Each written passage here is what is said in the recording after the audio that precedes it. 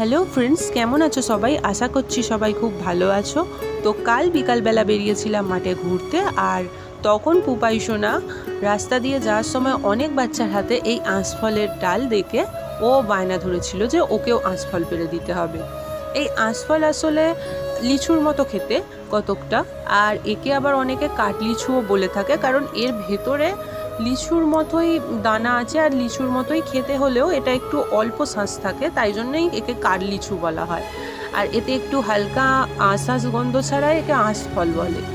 তো যাই হোক, কালকে পুপাই সোনা দেখে বায়না করায় ওর বাবা প্রথমে গাছের নিচু থেকে ওকে আঁশফল পেড়ে দেওয়ার চেষ্টা করছিল, কিন্তু হাতে করে বাস কিছু মাত্রই পেরেছিল, বেশি ভালোভাবে পারতে পারছিল না, গাছের ডাল ভাঙার নিচু থেকে যাচ্ছিল না। তাই ওর বাবা গাছের ওপর উঠে আঁশফল ভেঙে পুপাই সোনার হাতে একটা করে আঁশফলের ডাল তুলে দেয়। তো ওই ডাল নিয়ে পুপাই সোনা তো খুব আনন্দ পায় আর খুব খেলতে থাকে নিয়ে, আর ছাড়িয়ে দেওয়ার জন্য বায়না করছিল যে ও খেয়ে দেখবে যে কীরকম খেতে। তো ওকে ছাড়িয়ে আমি পরে দিয়েছিলাম, ও খেতে ভালোই লেগেছিল।